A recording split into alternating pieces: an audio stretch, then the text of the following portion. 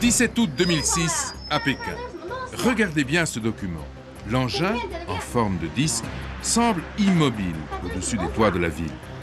Et à présent, soyez très attentifs. Même séquence au ralenti. Une telle accélération semble impensable pour un engin de fabrication humaine. Ses occupants n'y résisteraient pas. Mais de quoi s'agit-il? La question reste ouverte.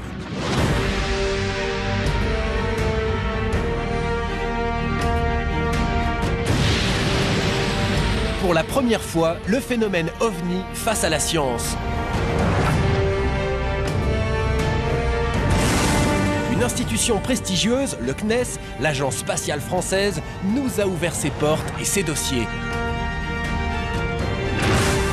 S'il s'agit d'engins venant d'un autre monde, comment ont-ils traversé les gouffres de l'espace?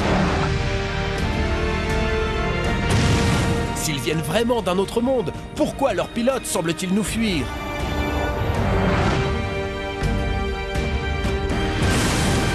Les ovnis, cartes sur table. Où sont les vérités? Où sont les illusions?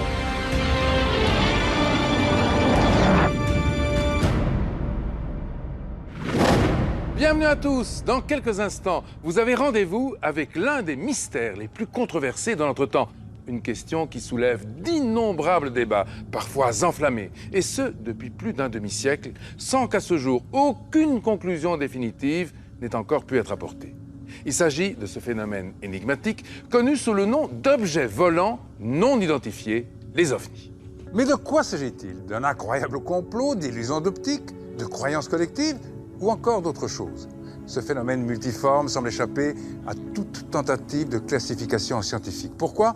Essentiellement parce que les observations de ces mystérieux objets, aperçus dans le ciel, parfois à terre, sont toujours uniques, incertaines, fugaces, sujettes à caution. En bref, on ne peut pas les reproduire pour les étudier scientifiquement. Et pourtant, les témoignages s'accumulent par dizaines de milliers. Alors pour tenter d'y voir un peu plus clair, nous avons donc proposé à une institution scientifique, le Centre national d'études spatiales, le CNES, d'ouvrir pour nous les nombreux dossiers dont il dispose et qui ont été étudiés, archivés depuis des années. Et pour la première fois à la télévision, avec les chercheurs du CNES, nous allons donc réfléchir ensemble à cette énigme tenace. Pourquoi, après plus de 60 ans, les ovnis demeurent-ils toujours aussi mystérieux? Est-il seulement possible d'apporter une réponse à cette question? Pour commencer, nous proposons de revenir sur un événement qui a eu un très grand retentissement. La mise en ligne par le CNES des archives du GEPAN, le service chargé d'enquêter depuis plus de 30 ans sur les ovnis. Service que le CNES a rebaptisé PAN, Phénomènes aérospatiaux non identifiés. C'était le 22 mars 2007.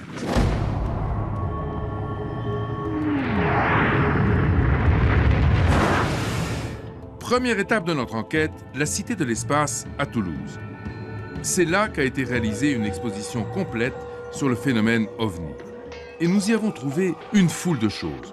Un intérieur de vaisseau spatial, des extraterrestres à profusion et même cette reconstitution d'un bureau d'enquête sur les ovnis inspiré par le GEPAN de l'Agence spatiale française. Jacques Arnoux, membre du CNES, a participé à la mise en ligne des fameuses archives. Une journée historique. Alors nous l'attendions, cette journée du 22 mars, parce qu'on avait déjà des avant-bruits, des signes avant-coureurs que ça risquait de provoquer un grand intérêt. Donc à 10h, conférence de presse, on présente le site, tout va bien, le site est ouvert au public, et puis la conférence de presse termine vers 11h, 11h30, quelque chose comme ça. Une heure après, catastrophe, le site du GEPAN avait sauté à cause de trop de connexions, et le site du CNES avait lui-même sauté.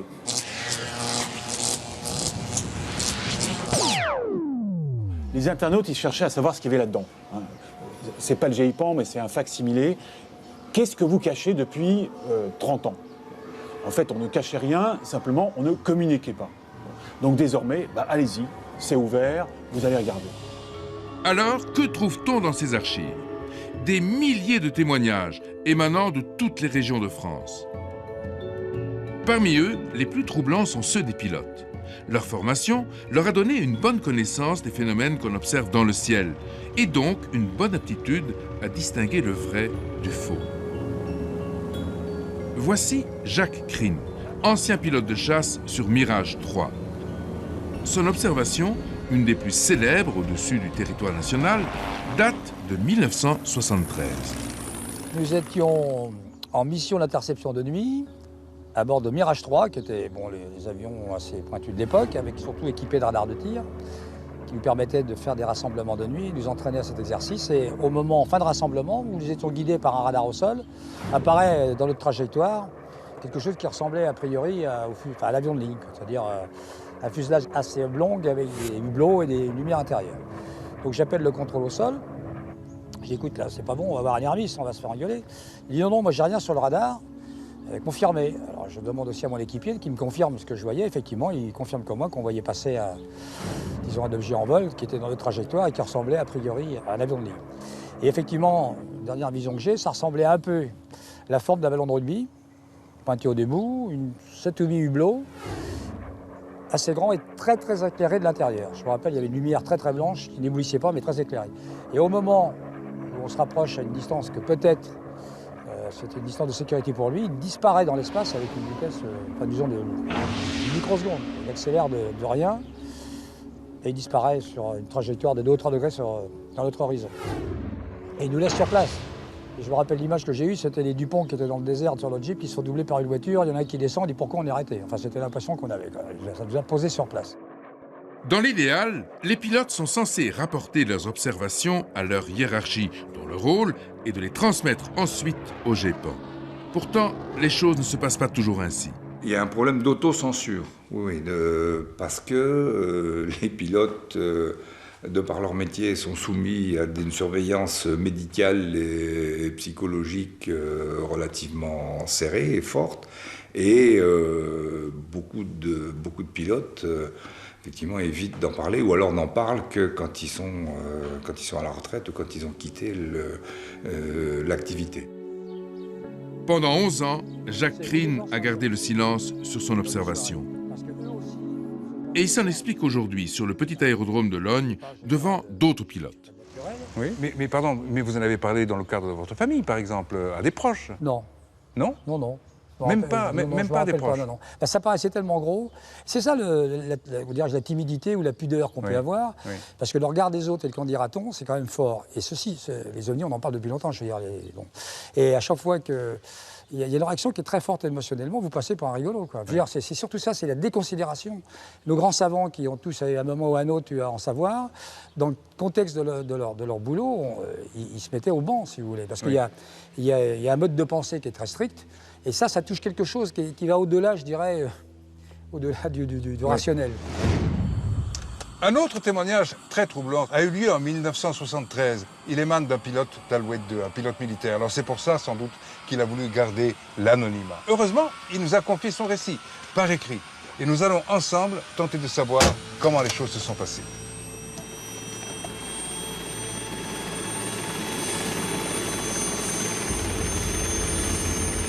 Dans l'hélicoptère à côté d'Igor, Stéphane Caplier. Il est passionné depuis longtemps par la question des ovnis. Et il va nous lire le témoignage transmis par le pilote que nous appellerons Pierre.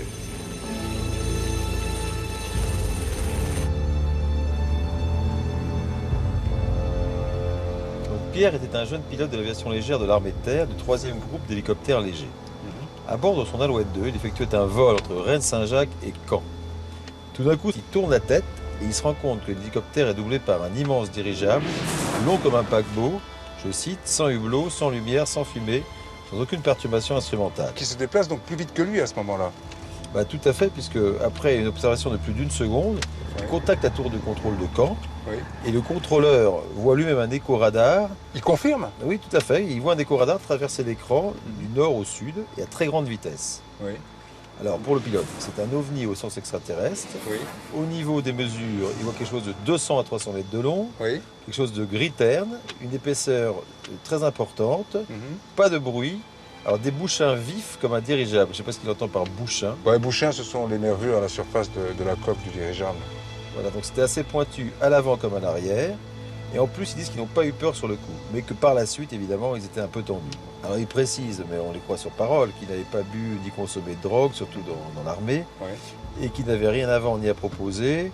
qu'il souhaitait faire aucun effet d'annonce. Et ça, c'est lui qui le dit, tout ça. Oui, c'est lui tout ça, entre guillemets, que ses propos sont véridiques, incroyables, il le sait, mais véridiques.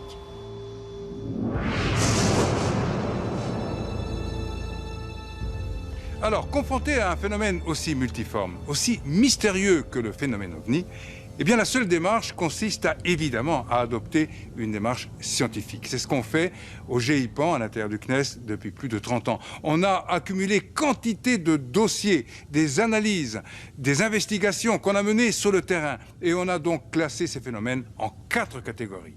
D'abord, en A, on a trouvé des phénomènes parfaitement expliqués, parfaitement identifiés. Ensuite, en B, on va rassembler les phénomènes probablement identifiés. En C, on va considérer que le rapport est incomplet et qu'on ne peut donc pas se faire une opinion. Et enfin, en D, on va rassembler les phénomènes réellement inexpliqués. Mais avant cela, tout de suite, quelques exemples de faux ovnis.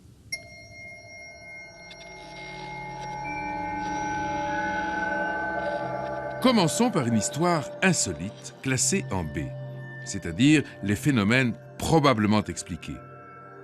Cet objet est tombé du ciel le 25 février 1985 et il a creusé un trou de belle taille au milieu d'un champ, dans la région de Royan. 2 paysans sont témoins du phénomène. L'objet a atterri devant leurs yeux, dans le champ, à une trentaine ou une cinquantaine de mètres, et après plusieurs rebonds, s'est stabilisé. Les 2 personnes se sont approchées de cet objet, qui semblait encore très très chaud et fumant.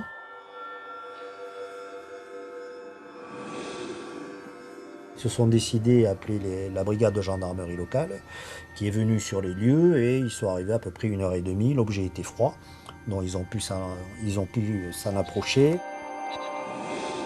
Le premier aspect visuel, je dirais, de l'objet, c'était quelque chose qui ressemblait à de l'oxyde de fer, gros granuleux, sous la forme d'un cylindre, de 50 à 60 cm de long sur 15 cm de diamètre, avec aucune marque extérieure apparente. Donc cet objet a été récupéré par la brigade de gendarmerie. Il a été expertisé à la demande des gendarmes par des laboratoires du coin, spécialistes en armement, qui n'ont reconnu derrière cet objet aucun missile, aucune arme connue à l'heure actuelle. Aussitôt, les gendarmes alertent le GEPAN de l'époque, service chargé d'enquêter sur les ovnis. Et le résultat ne tarde pas. Il s'agit d'un morceau de satellite artificiel russe qui s'est consumé dans l'atmosphère. Affaire classée donc. Et pourtant, l'histoire rebondit 3 ans plus tard, quand le GEPAN, qui a récupéré l'objet, en confie l'expertise à un laboratoire de la DGA, la Direction Générale de l'Armement. Donc ça a été découpé, tout ça. Bon, l'objet avait certains orifices qui présentaient des marques de combustion supposées, etc. Et en ouvrant tout ça, on s'est aperçu, ce laboratoire s'est aperçu qu'il y avait différentes inscriptions là-dessus. Et donc dans la base à l'intérieur, qu'on ne pouvait pas voir au départ, on s'est aperçu qu'il y avait quelques numéros avec un insigne qui a été identifié comme l'insigne allemand du Troisième Reich, c'est-à-dire l'aigle avec la croix gammée dessous. Alors donc l'interprétation évidemment qui a été la plus répandue immédiatement à l'époque, c'était un morceau de satellite espion allemand.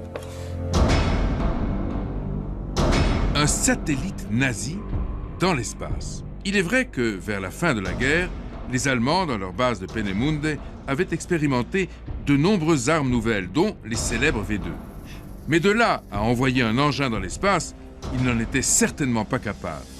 Il faut alors intervenir le principe de raison suffisante, qui consiste à éviter d'avoir recours à l'hypothèse ovni lorsqu'une explication simple peut suffire. Voici donc la solution de l'énigme.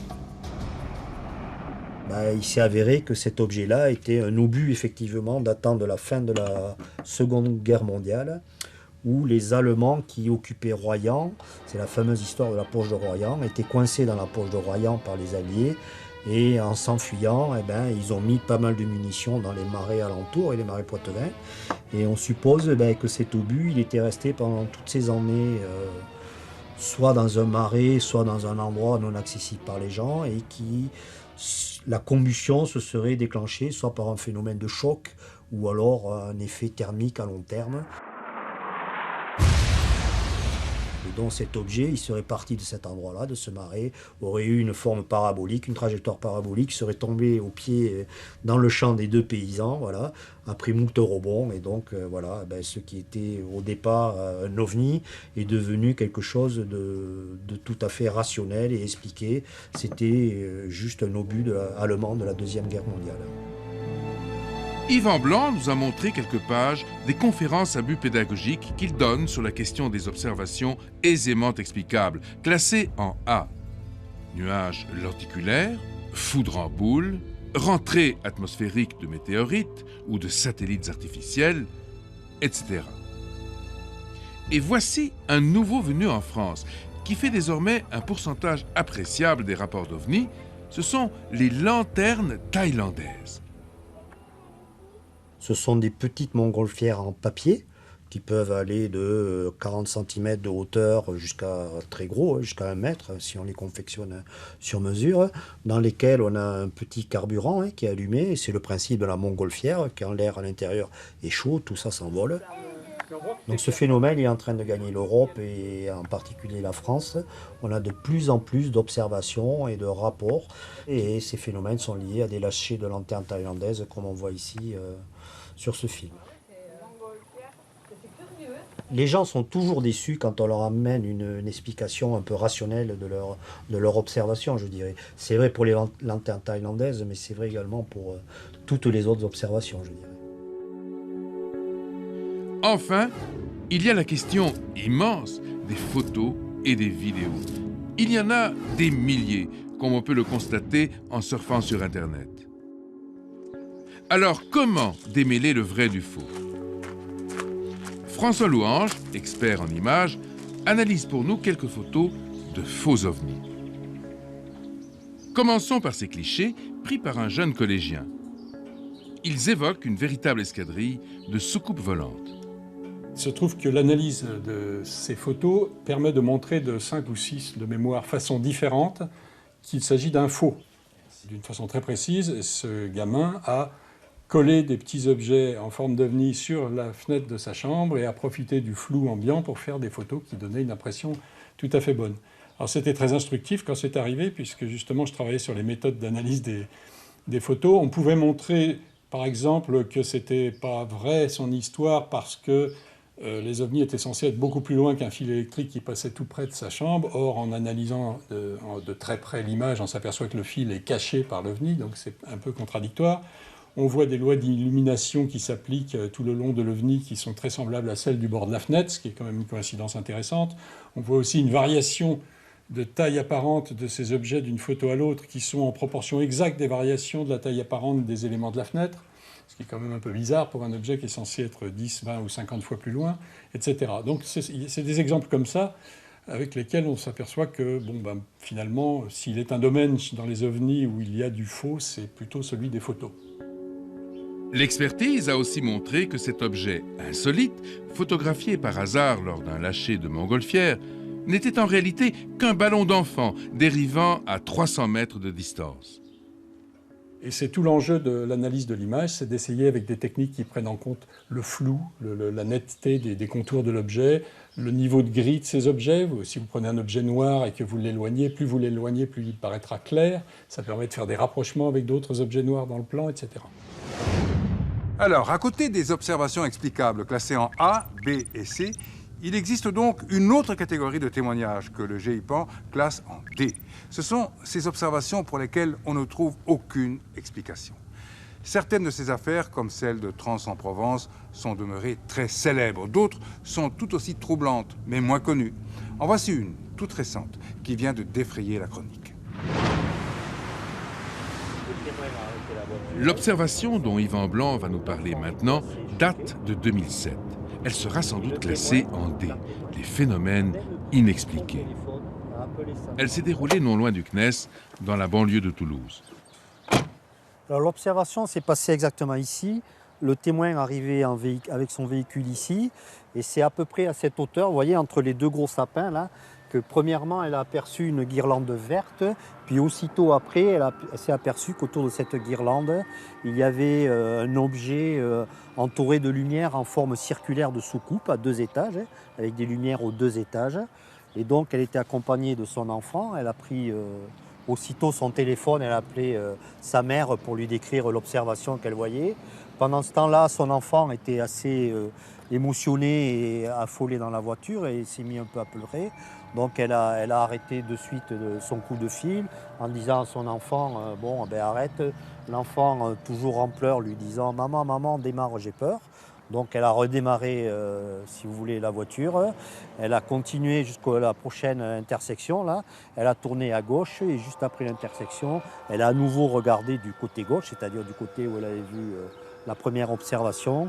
Et là, à ce moment-là, elle s'est aperçue que le phénomène avait complètement disparu. Donc le témoin, par la suite, a fait un dessin de son observation qui est assez évocateur et assez détaillé. Hein. Dessin que voici, donc, qui représente la première petite lumière en forme de V verte décrite par le témoin. Lumière guirlande entourée d'un objet en forme de soucoupe avec 2 étages, le premier ici, le second ici, et chaque étage étant entouré de lumière orange assez diffuse. La dimension de cet objet était de 5 mètres à peu près, et bon, avec les repères qu'il y avait au moment de l'observation. Deuxième étape, une visite à la brigade de gendarmerie de Saint-Alban, qui a recueilli le témoignage. Bonjour messieurs, monsieur Blanc du GEPAN. L'adjudant confirme que les témoins étaient très choqués. La petite fille avait même du mal à décrire ce qu'elle avait vu parce que sur le coup elle avait beaucoup pleuré. Elle évitait de regarder l'objet, elle demandait à sa mère à quitter les lieux, mais la mère est restée sur place.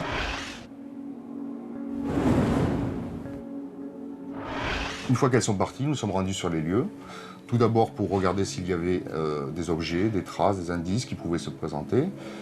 S'il y en avait eu, on aurait fait un gel des lieux pour faire des prélèvements. Dans ce cas-là, il n'y en avait pas.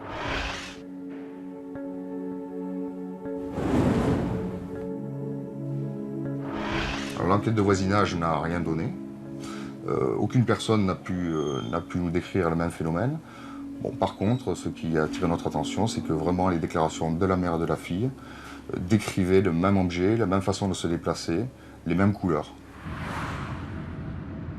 Seule la gendarmerie était habilitée à nous permettre d'entrer en contact avec les 2 témoins. La mère et la jeune fille ont accepté de nous recevoir sous le couvert de l'anonymat. Elles ont répété leur témoignage au détail près. Je me suis dit c'est peut-être bon, une expérience faite par les militaires, parce que bon, j'avais jamais vu ça.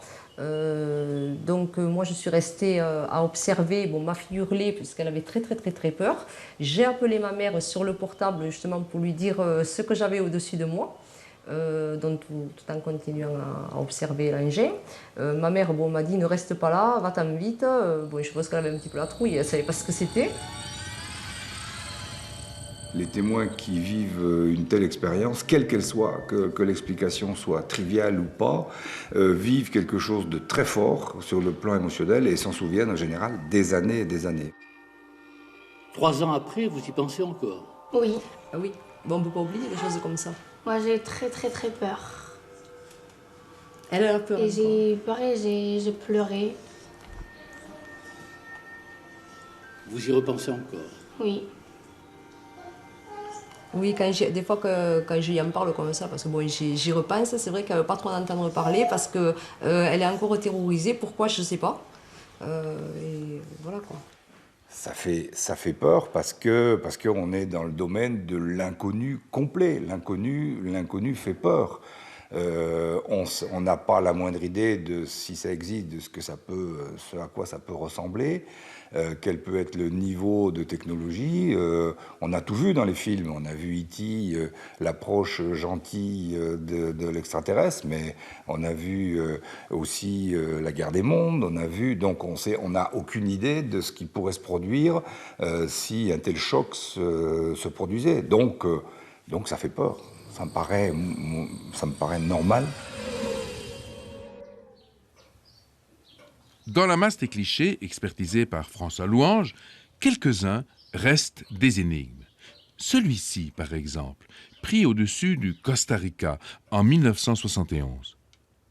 Alors si on regarde cette photo de très près, on s'aperçoit qu'elle a une forme bizarre qu'on pourrait qualifier d'une cymbale vue du dessus ou du dessous. Si on la regarde de plus près, en gros plan, ça donne ça. Alors, évidemment, si elle est au sol, elle représente un objet qui est très gros. Si elle est en l'air, on n'en sait rien, on ne saura jamais. Des études ont été faites pour essayer de voir par rapport à l'environnement quelle taille elle aurait. Donc si elle était au sol, elle serait assez grande, plusieurs dizaines de mètres dans ce cas-là.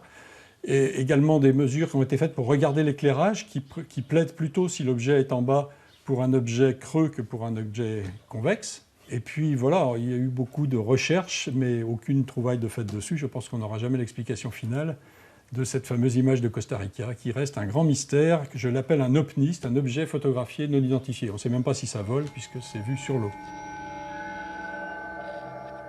Alors, dans le chapitre inexpliqué, je vais vous montrer quelque chose de totalement inédit que j'ai dans mes cartons depuis quelque temps, qui m'a été fourni par un professionnel de l'image, qui est un ami qui s'appelle Raphaël Hopi, et qui a filmé pendant un certain temps toute la trajectoire de la pleine lune dans le ciel de Barcelone. Et tout d'un coup, en visionnant ce film, il s'est aperçu que pendant une période de 2 minutes que vous allez voir en accéléré ici, il y a un objet qui passe au-dessus de la Lune avec une trajectoire très étonnante. Regardez apparaître l'objet ici. On voit bien qu'il a une trajectoire qui est tout à fait liée à la Lune et pas du tout à la Terre. Ce que vous venez de voir se passe en 2 minutes. Donc cet objet orbitait certainement autour de la Lune, donc avait une taille, en tout cas sa taille apparente, les traces qu'il laisse, qui sont colossales si on se réfère à la Lune. Je le repasse une seconde fois. Voilà. Alors, c'est quelque chose qui reste tout à fait inexpliqué, puisque aucun travail approfondi n'a été fait. J'espère pouvoir, avec le CNES, approcher des astronomes déjà pour essayer de reconstituer à l'heure et à la date où ont eu lieu cet événement, est-ce qu'il passait un objet connu en orbite autour de la Lune ou entre la Lune et la Terre, je ne sais pas. Voilà, c'est un cas ouvert tout à fait inédit. Dans la mesure où il contient une grande part de mystère, le phénomène OVNI enflamme les passions. Depuis toujours, il oppose radicalement 2 camps. D'un côté, il y a les sceptiques, tenant d'une approche rationnelle, et de l'autre, il y a les ufologues. Et ces derniers n'ont aucun doute sur l'origine extraterrestre de ces mystérieux objets. Nous savons que nous avons d'énormes indices qui nous laissent penser que l'hypothèse extraterrestre est la plus séduisante. Voilà où nous en sommes. Maintenant, c'est une intime conviction, ce n'est pas une croyance. Ce n'est pas une question de foi, c'est une question de se pencher sur des dossiers solides, des dossiers politiques, des dossiers militaires, des dossiers issus de l'Air Force américaine, des services de renseignement. Et une fois que vous avez mis votre nez dans ces dossiers-là, vous ne regardez plus le ciel de la même façon. C'est une histoire où on avance de 2 pas, on recule d'1 pas, mais on avance de nouveau de 2 pas. Si vous faites l'addition, vous avez quand même avancé un peu. Vous savez, le phénomène est impréhensible, c'est-à-dire qu'il nous échappe, il joue avec nous, enfin j'ai l'impression de ça, et qu'il s'adapte. Il s'adapte à notre banque de données, il s'adapte à notre psychologie, il s'adapte à notre siècle. Il y a eu des véritables démonstrations aériennes. Il y a un témoin militaire, un officier, qui a vu une escadrille d'ovnis plonger vers le sol, vers la base aérienne où il se trouvait, en formation, faire une ressource et remonter à 45 degrés à toute vitesse. C'est quoi ça? C'est ce que les philosophes appellent une monstration. C'est une démonstration. Regardez-nous, voyez ce que nous savons faire et réfléchissez. Une question. Beaucoup d'observations, notamment aux États-Unis, ont été faites par des militaires. Est-ce que vous pensez, vous, que l'armée nous cache quelque chose? Ah, évidemment, sans aucun doute. Sans aucun doute. Mais qu'est-ce qu'elle sait? On leur apporte des rapports, ils en ont, mais les détails, on ne peut pas les avoir. C'est bouche close, il n'y a pas d'information. On ne nous dit même pas un mensonge pour nous envoyer balader. Ça n'existe pas. Dormez tranquille, messieurs, dames, il ne se passe rien. Nous voici à présent dans le splendide parc Montsouris, à Paris. Nous y avons rencontré la doyenne des ufologues français, Francine Fouéré, 85 ans. Avec son mari, René Fouéré, elle fut à l'origine d'une des premières associations ufologiques françaises. Le bulletin des époux Fouéré était réputé pour la qualité et le sérieux de ses comptes rendus. Mon mari avait dit une fois, notre cerveau, notre intelligence ne sont peut-être pas structurés pour comprendre ce phénomène. Ça, je trouve ça très sage. Il y a quelque chose aussi que mon mari m'avait dit, si les soucoupes volantes sont bien des machines spatiales venues d'ailleurs et pilotées ou téléguidées par des représentants intelligents d'une ou de plusieurs races extraterrestres, techniciennes. Le problème que leur présence et leur évolution posent n'est pas simplement un problème intellectuel passionnant, réservé à des esprits savants et curieux. C'est un problème qui intéresse, qu'elle en soit consciente ou non, toute l'humanité. Et lorsqu'on demande à Francine Fouéré si, un jour, l'humanité finira par posséder la clé du mystère, elle a cette réponse énigmatique. Ah ça, c'est encore une fois, je n'en sais rien. Parce que ça ne dépend pas de nous, ça dépend d'eux.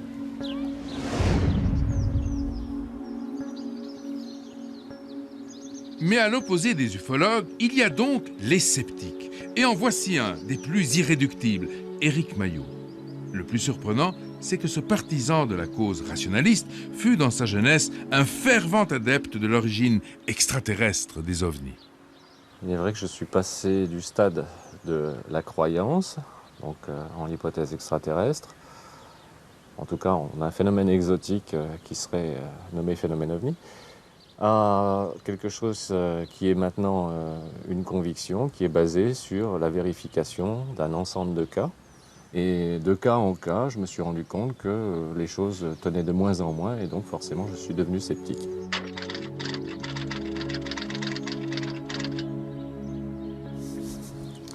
Ça fait belle lurette que dans mes rêves, il n'y a plus d'ovnis. Ça a pu éventuellement se produire dans l'enfance, mais pas du tout, du tout. Non, par contre, dans mes rêves, il y a beaucoup de choses, comme les étoiles, les bolides, les météores, les très très belles choses qui permettent aussi de rêver.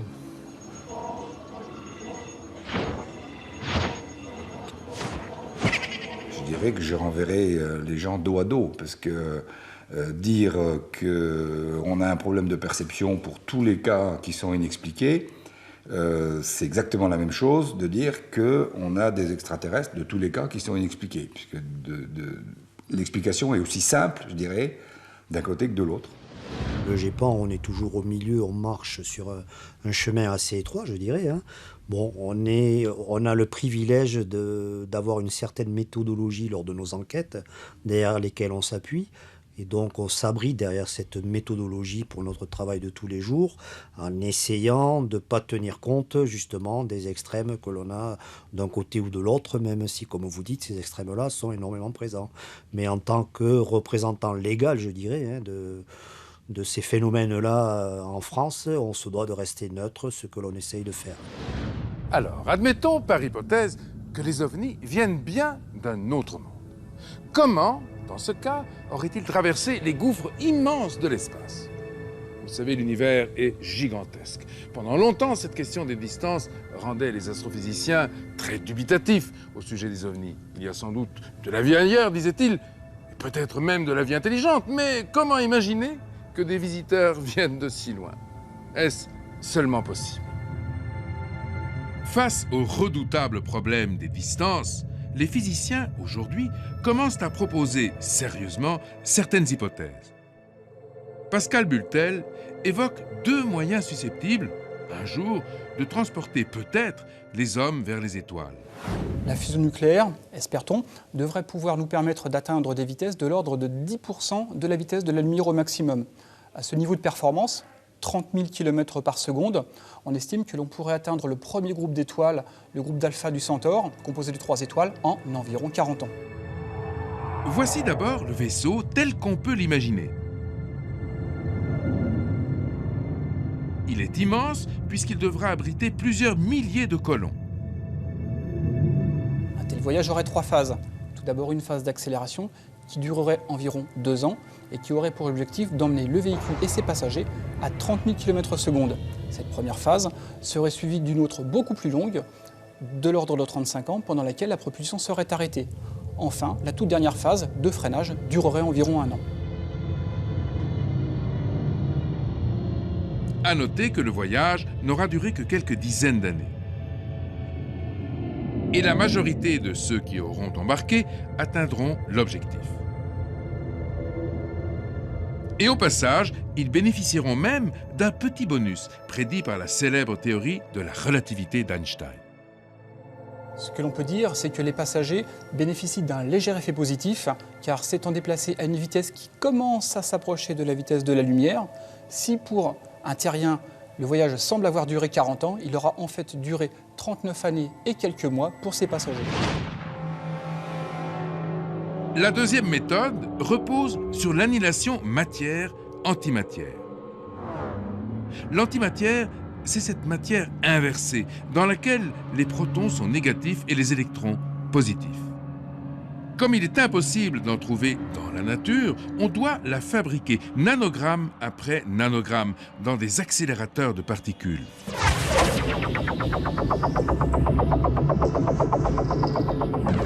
Pour la conserver, les ingénieurs doivent impérativement la confiner dans des champs magnétiques très intenses.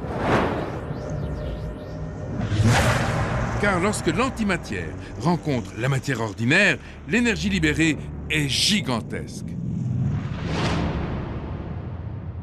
La production de l'antimatière ne serait pas réalisée sur Terre, mais elle serait le plus probablement réalisée par une station autour du Soleil qui est une source d'énergie idéale pour produire ce type de carburant. Idéal parce qu'il y a la source d'énergie et parce qu'il y a la distance vis-à-vis de la Terre. Cette antimatière serait produite par petits paquets qui seraient transférés dans la partie éloignée de notre système solaire, là où l'on préparerait très concrètement la mission.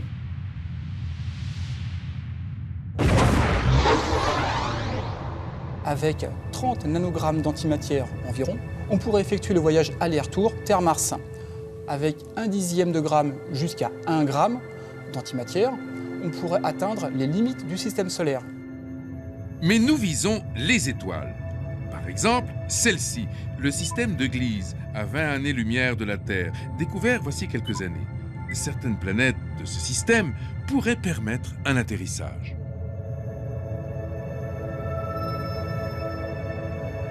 Voici à présent l'hypothétique vaisseau spatial tel qu'on peut l'imaginer. Le précieux carburant d'antimatière est généré en permanence dans ces immenses anneaux. Le vaisseau à antimatière pourrait alors prendre la direction des étoiles.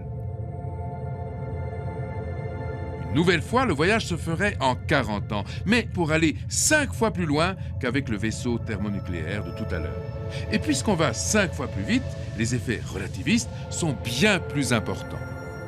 Dans ce cas-là, un voyage qui durerait 40 ans vu d'un terrien ne durerait en fin de compte que 35 ans pour l'équipage.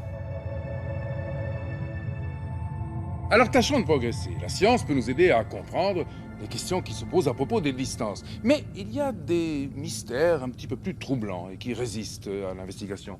Regardez, l'engin, vous voyez ici, semble immobile, vous l'avez vu tout à l'heure. Et soudain, il disparaît à grande vitesse. Et c'est toute la question. Ces phénomènes apparaissent et puis ils disparaissent. Ils semblent en quelque sorte nous fuir. Pourquoi le phénomène OVNI reste-t-il donc si difficile à appréhender ? Pour tenter de comprendre pourquoi ces créatures hypothétiques, si elles existent, semblent refuser le contact avec nous, l'astronome Jean-Claude Ribes propose une idée originale. Jouons les profilers, comme dans les romans policiers, et mettons-nous à leur place pour comprendre leur motivation de l'intérieur. Repartons vers le futur. Rappelez-vous, grâce à leur vaisseau spatial à propulsion thermonucléaire, nos descendants lointains étaient arrivés dans la banlieue d'Alpha du Centaure. Imaginons maintenant qu'ils parviennent à proximité d'une planète habitable et habitée. Depuis l'espace, en restant discrets, ils découvrent une civilisation moins avancée dont le niveau de technologie est celui de l'humanité du XXe siècle. On brûle encore du pétrole pour rouler, on s'entasse dans des grandes villes, on se lance dans des guerres meurtrières pour un oui ou pour un non. Alors, que vont faire nos descendants ? Alors, la réponse est quand même assez vite venue de dire, bon, on voit ce qui s'est passé sur Terre lorsqu'on a découvert des pays nouveaux, lorsqu'il y a eu un choc entre deux cultures, sans même parler vraiment de guerre, de conquête, mais la simple mise en présence d'une culture qui est techniquement avancée de parfois un siècle ou deux par rapport à une autre, ça peut être absolument destructeur. Donc, on va s'installer, par exemple, on peut supposer qu'un système solaire, un système stellaire, autre que le nôtre, aura l'équivalent d'une ceinture d'astéroïdes comme on a nous. Et puis de là, on peut tout à fait imaginer d'envoyer des soucoupes volantes, entre guillemets, qui aillent sur une planète, qui aillent l'explorer discrètement, mais peut-être pas trop discrètement, parce que ça pourrait être intéressant de se dire, bon, on se laisse un petit peu voir, c'est-à-dire que les gens petit à petit comprennent qu'ils ne sont pas seuls, qu'il y aurait peut-être bien quelqu'un, mais en même temps, ce n'est pas une présence pesante, on ne leur impose pas notre existence pour éviter ce fameux choc technologique et psychologique, on peut dire aussi. Il ne faut pas trop les traumatiser, mais c'est pas mauvais de laisser entendre qu'il existe quelque chose comme nous. Dans cette hypothèse, on l'a compris, nos descendants seraient les ovnis d'une civilisation moins avancée. Il faudrait donc les habituer progressivement au grand contact. Selon Jean-Claude Ribes, c'est peut-être ce que font avec nous les ovnis en attendant le bon moment. Est-ce que ce bon moment est près d'arriver? Pourquoi pas? C'est ça qui est fantastique à notre époque. On dit souvent, nous vivons une époque fantastique. Il y a des menaces, certes, mais il y a quand même de grands espoirs. Et intellectuellement, c'est quand même une perspective fascinante de se dire que peut-être, de notre vivant, dans les années ou les décennies qui viennent, on va peut-être avoir ce fameux contact qui est redouté par les uns, espéré par les autres, mais qui en tout cas serait un moment formidable.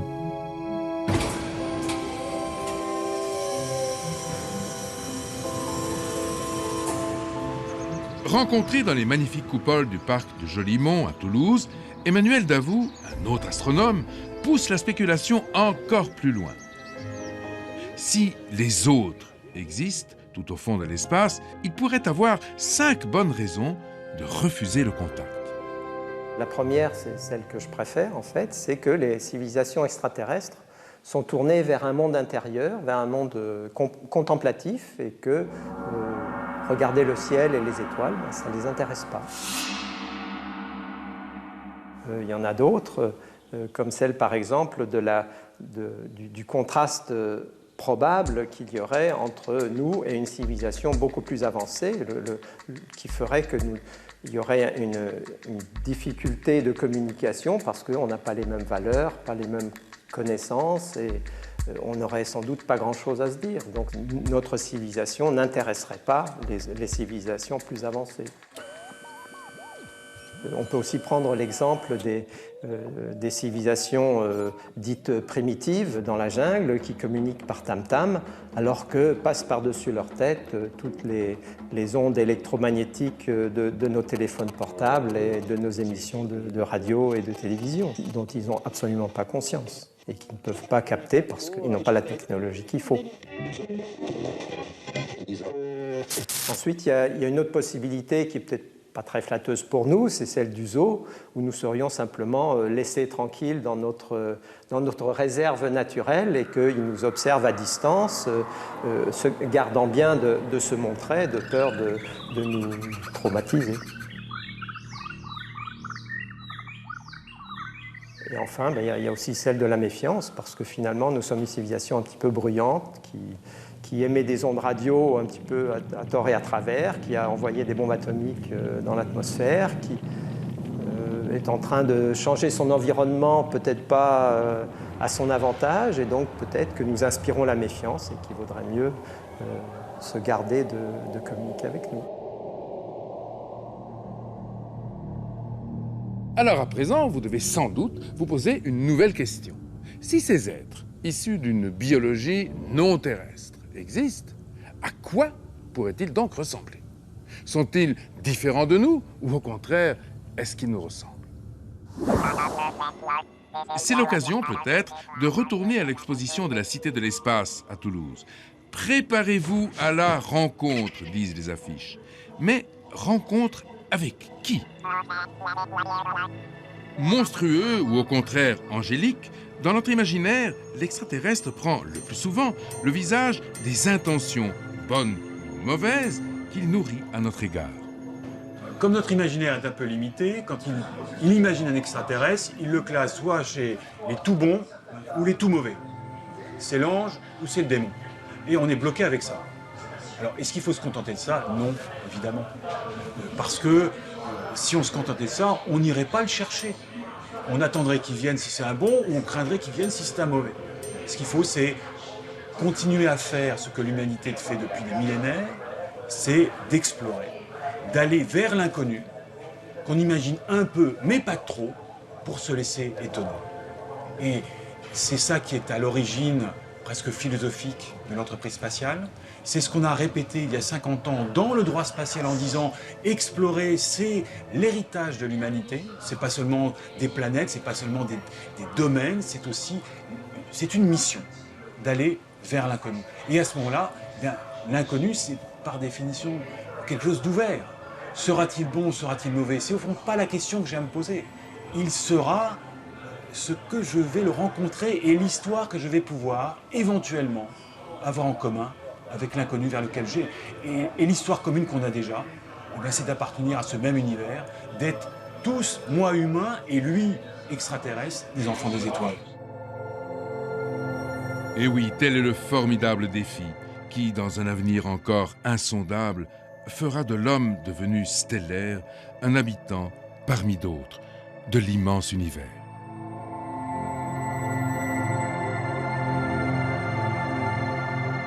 Eh bien, notre rendez-vous s'achève et pourtant, nous n'avons pas dissipé tous les mystères qui entourent ce phénomène. Reste une dernière question. Le 5 septembre 1977, la sonde américaine Voyager 1 était lancée vers l'infini.